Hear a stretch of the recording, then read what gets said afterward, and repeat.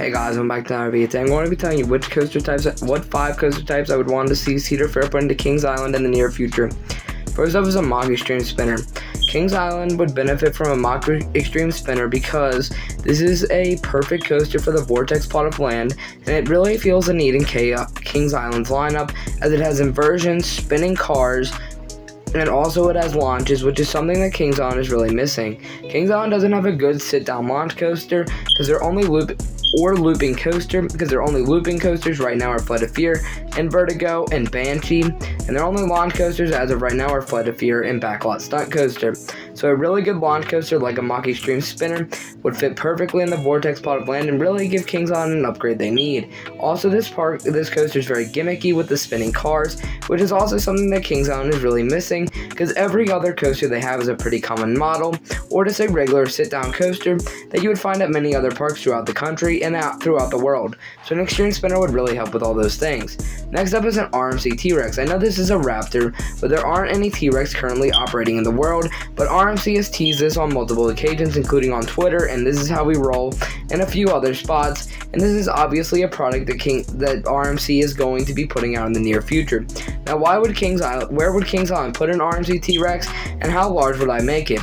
If I was Kings Island and I did not want to build RMC Son of Beast, which is a possibility at this point, after the bat is torn down in the near future, because that is going to happen very soon, I would put this right in the old Son of Beast plot and the bat plot.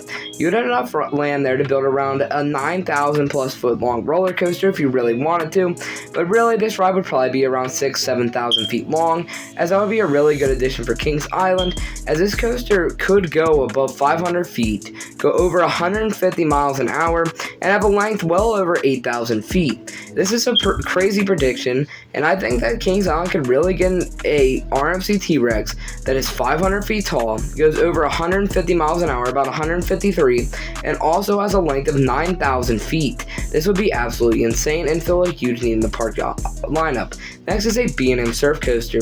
This is the only B&M coaster type I would take at Kings Island, as I'm not a huge fan of many other models, and Kings Island has most of their top tier models other than the Surf Coaster and the Dive Coaster. A dive coaster is too common of a model at this point to do anything really special with, and Cedar Point has one, so that is not really great for Kings Island because they couldn't go much larger than Raven. Now, why a surf coaster?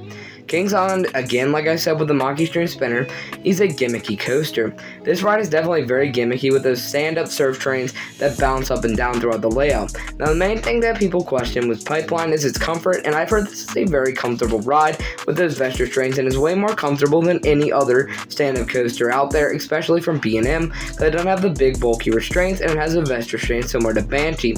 This would go in the bad spot of land after it's torn down, and this would run alongside RMC Son of Beast, which is also a possibility for the park in the future, and you'll see that in a minute and on this list. And now, why is a surf coaster perfect for this park? As I said, Kings Island does need a gimmicky coaster, and they also need inversions, and the surf coaster can fill both those needs, like the Mock Extreme Spinner. Now, it's an RMC hybrid. Now, this doesn't have to be themed to Son of Beast or be as large as this one is. A 218-foot hybrid going 78 miles an hour with a vertical loop themed to Son of Beast and Outpost 5 would be perfect for the park. However, if Kings Island did not want a top steel vengeance in stat-wise, they could go with the cheaper and safer option with a more simple RMC, such as one like Air Force 1. A ground-up hybrid around 160 to 170 feet would fit perfectly in the old Son of Beast plot, and you wouldn't even have to use Outpost 5, and you could just connect it to the bat path or do something where you can get back there. This would be a really great addition for Kings Island and really give Kings Island that elite coaster they are missing. This would be known as one of the best coasters in the park, if not the best one there. Now, would RMC Son of Beast be better? For sure, but I think that if Cedar Fair wanted to go the route of not topping Steve, a little taller and a little faster than Air Force 1 would fit perfectly. This ride could include multiple inversions. A quad up, a double up, or a triple up would all be perfect, or the opposite as a double down, triple down, or quadruple down would be perfect for the park as well. Now, and also its inversions could be something like a 0G roll, 0G stall, and multiple others. And the last coaster on this list is a Gerstlauer Infinity Coaster. As I said, Kings Island is missing a major looping sit-down coaster.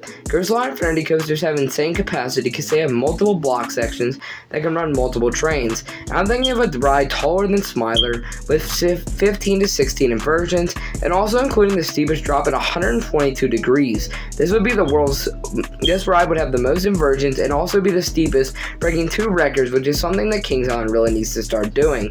And also, Cedar Point does not have a Griswold Infinity coaster up to this point, so Kings Island could easily get one without topping anything at Cedar Point. So this would be perfect for the vortex plot of land. I think something very similar to the Smiler with more height and speed would be perfect, because Smiler did have to be below the tree lines as it is located at Alton Towers, and Kings Island does not have that rule. So they could go really 150 feet to 200 feet if they really wanted to with their Griswold Infinity coaster, and also dropping 122 degrees would be absolutely insane. And also they don't have a single vertical lift hill, they don't have a single vertical drop, and as I said earlier, they're missing that looping coaster. This would fill all of their needs and also destroy any other coaster, not destroy, but beat out any coaster in inversions and steepness that we have to this point. And the Smiler is known as one of the better coasters in the world for people who've actually ridden that coaster. So I think that something very similar at Kings Island could be top tier and compete to be their best coaster. Bye guys, see y'all next time.